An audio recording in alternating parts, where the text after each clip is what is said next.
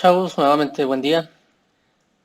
El día de hoy vamos por la tercera parte de esta introducción al diseño mecatrónico y el día de hoy vamos a ver lo que es la parte de procesamiento, lo que corresponde a los microcontroladores. ¿Sale? Y bueno, el objetivo de esta sesión va a ser que comprendan qué es un microcontrolador y cómo puede usarse y programarse. Vamos a ver un poco de ejemplos de cómo se puede programar un Arduino en particular. ¿Sale? Bueno, entonces, ¿qué vamos a ver exactamente? Vamos a ver qué es un microcontrolador, vamos a platicar acerca de qué es un Arduino, qué características tiene, qué lenguaje de programación es el que pueden ustedes usar y un ejemplo práctico. Y finalmente, pues van a tener una práctica sobre este contenido. Bueno, una de las definiciones que podemos encontrar igual en internet, en alguna referencia bibliográfica, es que un microcontrolador es un circuito integrado o un chip que incluye en su interior 3 unidades funcionales de una computadora. Eso en realidad no es una computadora, eso tiene una unidad central del procesamiento, que es el CPU, que ustedes seguramente en algún momento en la escuela les mencionaron. Tiene memoria y tiene unidades de entrada y salida. ¿Sale? Un microcontrolador es un circuito integrado programable que es capaz de ejecutar órdenes grabadas en su memoria. Entonces, vamos a ver un ejemplo de un microcontrolador. En realidad hay infinidad de ellos, infinidad de marcas, infinidad de modelos, pero uno de los que han proliferado más por su facilidad de uso y por lo económico y el fácil acceso es el Arduino. La marca es Arduino. El modelo varía dependiendo las características que necesite uno del dispositivo, ¿no? En particular el que se puso mucho de moda y el que seguramente han visto ustedes es el que se llama Arduino Uno. ¿Sale? ¿Qué es un Arduino? De manera muy general, no vamos a entrar en detalles técnicos, nada más es para que entiendan qué se puede hacer con él, qué conexiones tienen para que sepan también que pueden conectar a él. Bueno, primeramente tiene un botón de reset, es como el de sus computadoras, de sus celulares, cuando no funciona, se traba, le pueden dar el botonazo y se resetea. El puerto USB es el que nos permite conectarlo a la computadora y es a través del cual puede programarse. Y bueno, también puede alimentarse de corriente eléctrica. En caso de que uno necesite que ese Arduino ya programado, ya haciendo lo que tiene que hacer, no esté conectado a la computadora, ¿no? Por ejemplo, que lo tuvieras ahí en un sistema que automatiza unas puertas, focos, yo qué sé, un juguete. Ustedes podrían conectarlo directamente a la alimentación a través de este conector. ¿Qué otra cosa tiene el Arduino? Tenemos pines, ¿sí? Por ejemplo, los de arriba son pines que se les llaman pines digitales. Recuerden que los pines digitales, o lo que significa digital, es que solamente tiene dos posibles estados, un 0 y un 1, ¿no? En este caso, la mayoría de microcontroladores, o por lo menos en este caso el Arduino, el 0 corresponde a 0 volts y el 1 corresponde a 5 volts. Entonces todos esos pines que están arriba, del 0 al 13, pueden comportarse de esa manera, tener valores que nada más oscilan entre el 0 y el 1, ¿sí? Pulso de subida, pulso de bajada. Y bueno, a su vez, algunos de estos pines tienen el simbolito como de una tilde, no recuerdo cómo se llama este símbolo, que corresponde a que la señal es una señal, o perdón, el pin puede funcionar como una señal PWM. Va a ser más fácil de entender qué significa que sea PWM en los ejemplos que vayamos haciendo, pero ahorita explicado de manera muy general, un PWM significa que yo puedo subir esa señal y bajarla, 0 y 5 volts, de tal manera que yo pueda controlar, por ejemplo, motores, que pueda controlar el brillo de un LED. Y cuando digo controlar motores, puede ser la velocidad de un motor, ¿sí? Entonces, y esos pines que funcionan como PWM pueden tener un valor desde 0, que es totalmente apagado, y simular 1023 posibles valores entre 0 y 5 volts, ¿sí? Es como si tuvieran 0 volts, .15 volts, .30 volts.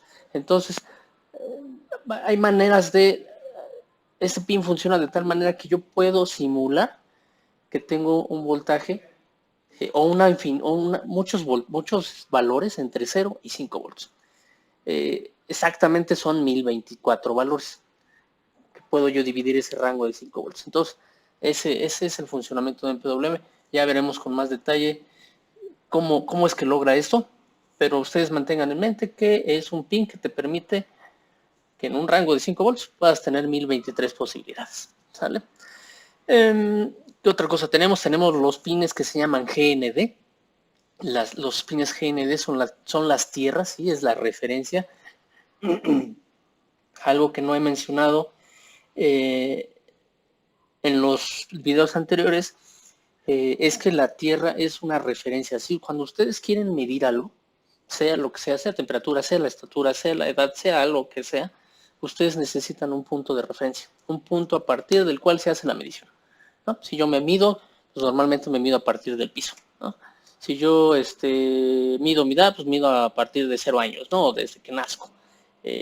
Si mido el voltaje, lo mido a partir de la tierra, 0 volts y un valor. Si yo quiero comunicar dos sistemas diferentes, necesito que ambos sistemas estén con la misma referencia.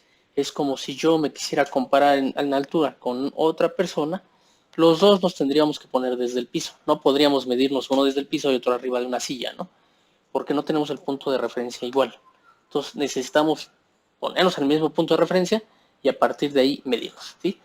De esa manera hay un entendimiento de estaturas desde la otra persona y desde mi parte, ¿no? O sea, los dos entendemos la medición. En el caso de los sistemas electrónicos, el punto de referencia es la tierra, 0 volts. Y si yo tengo un Arduino que está funcionando con 0 y 5 volts, y tal vez tengo aquí un sistema que es un motor, o tengo un sensor, ¿no? Que está funcionando. Son sistemas separados, ¿están de acuerdo? Que yo quiero conectar entre sí para que me hagan algo, ¿no? Tal vez un sensor de temperatura que reciba el valor de temperatura, que el Arduino lo procese, ¿sí? Que vea cuántos grados son, y dependiendo si esa temperatura que está midiendo pasa, no sé, 30 grados, que encienda el motor, ¿no? Un ventilador. Para que esos tres sistemas se entiendan entre sí, necesitan tener la misma referencia. Entonces las tres tierras de los tres sistemas deben estar en una sola, ¿sí? Se deben conectar entre sí. Por eso es que ustedes ven en el Arduino varios conectores GND. Aquí arriba hay uno, aquí hay abajo otros dos, ¿no? ¿Por qué? Porque pues, tienen la posibilidad de que ustedes conecten varias cosas ahí, ¿no? Y de esa manera, pues todos tengan la misma tierra. Espero hayan entendido esta parte. ¿Qué otra cosa tenemos que nos interesen ahorita para ustedes? En la parte de abajo tenemos unos pines que se llaman analog in. Son entradas analógicas. ¿Qué quiere decir esto? A diferencia de los digitales, que solamente podemos tener entre dos valores, 0 o 1, ¿sí? Un 0 o un 1 lógico que se le llama. En este caso, en los analógicos podemos tener una posibilidad de rangos, ¿sí? Un montón de posibles valores entre dos voltajes. Repito nuevamente, el Arduino funciona de 0 a 5 volts. Quiere decir que sus voltajes digitales son 0 volts, que corresponde al 0 lógico, 5 volts, que corresponde al 1 lógico, y en los analógicos también funciona de 0 a 5 volts, pero la diferencia es que yo puedo tener un montón de valores, entre 0 y 5 volts, infinidad, ¿no? Entonces, el Arduino tiene dentro un sistema que puede tomar muestras de una señal que va variando en ese rango de 0 y 5 volts. No sé, tomar un valor cada cierto tiempo. Y poder leerlo en 6 diferentes canales analógicos. ¿Para qué sirve esto normalmente? Normalmente sirve para leer sensores.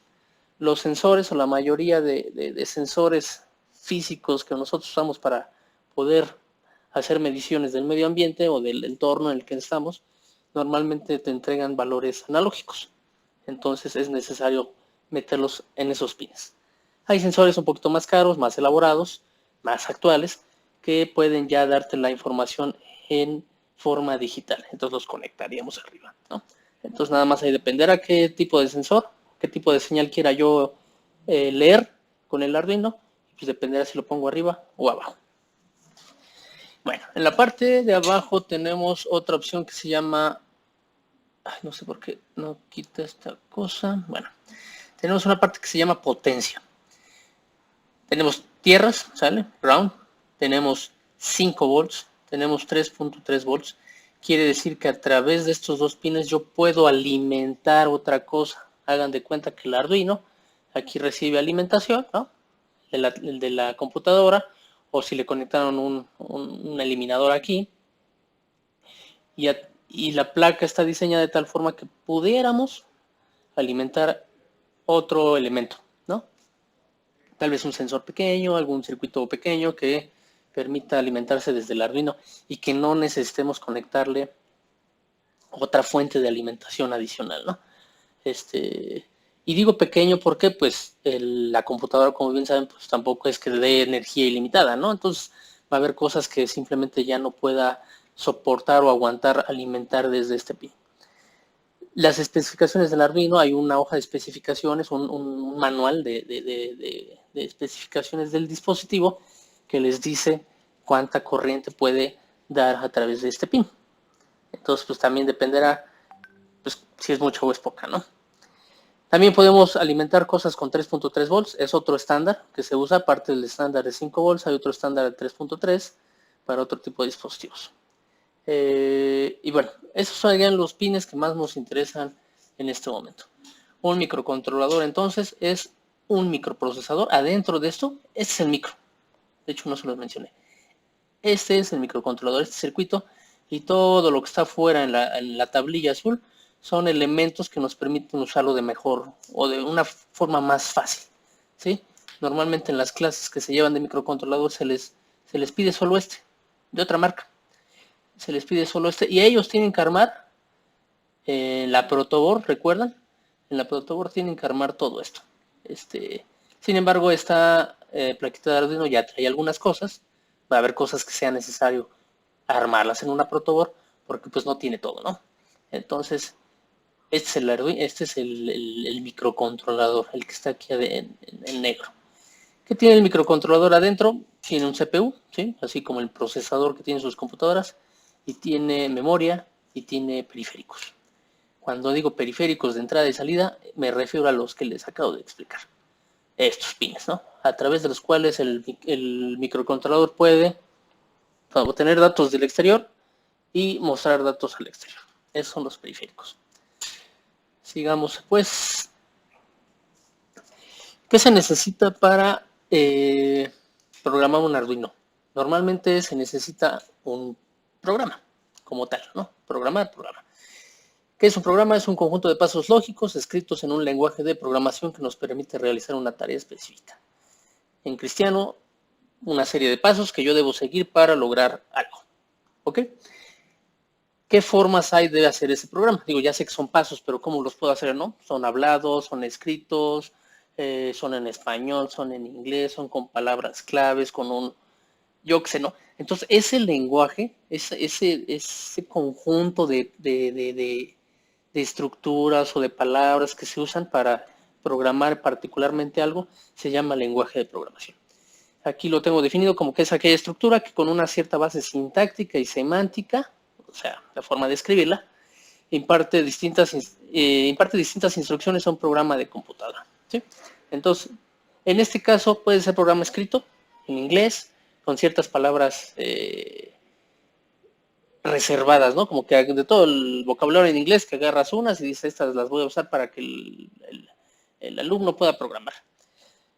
Otras son bloques. Nosotros en particular nos vamos a enfocar ese tipo de programación. Vamos a usar bloquecitos como diagramas de flujo, diagramas de bloques, para que sea un poquito más fácil de entender la programación, antes de meternos a programar en escrito. Normalmente, ¿qué requiere un programa informático? Los lenguajes de programación habituales, los que se dedican directamente a hacer esto, normalmente van a tener lenguajes de programación que requieren estas 4 cosas. de manera muy general, ¿no? Una declaración de cabeceras, librerías, ahorita explico qué es eso, declaración de variables y constantes, declaración de subprogramas y funciones y el programa principal. ¿Qué significa una declaración de cabecera o librería? Significa que yo puedo tener programas ya hechos por alguien que tal vez, no sé, hacen suma de números, ¿no? Entonces, estoy poniendo un ejemplo muy simple, pero digamos que ustedes requieren hacer una calculadora, ¿no?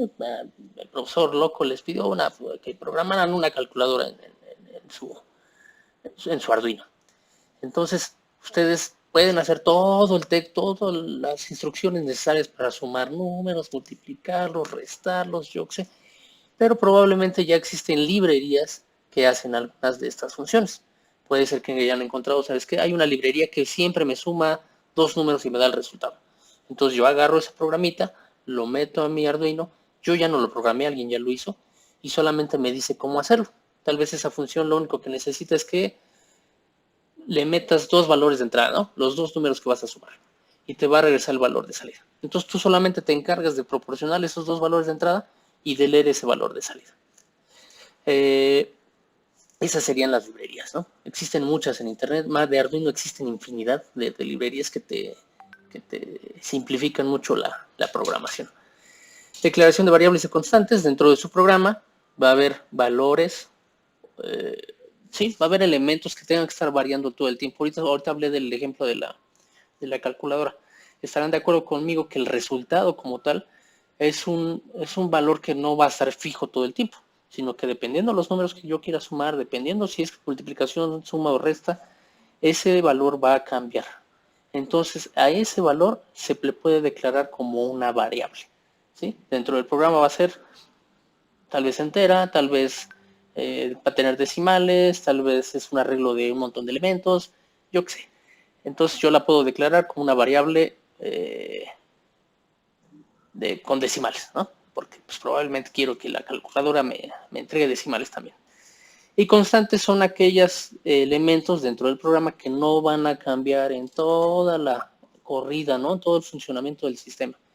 Ejemplos, pudiera ser, no sé, cuando si quieres calcular el área del círculo, ¿no? Sabemos que el pi, el valor de pi, siempre es igual. Entonces yo puedo declarar pi igual a 3.1416, ¿no?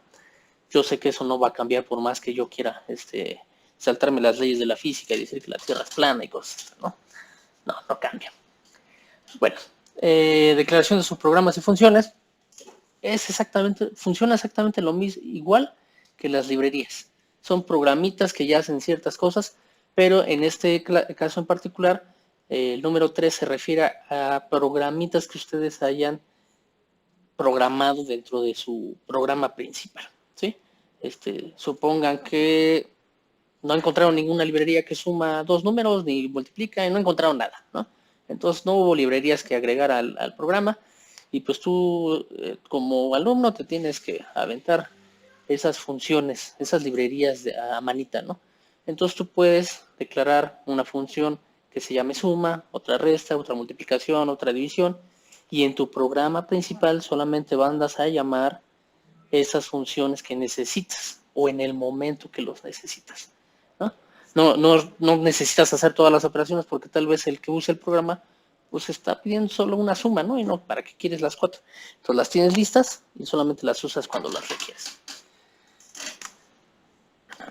Y bueno, entonces esta es la parte que se refiere a un poquito de la teoría de lo que es un Arduino. Vamos a continuar con los ejemplos gráficos y de programación en la plataforma de Tinkercad.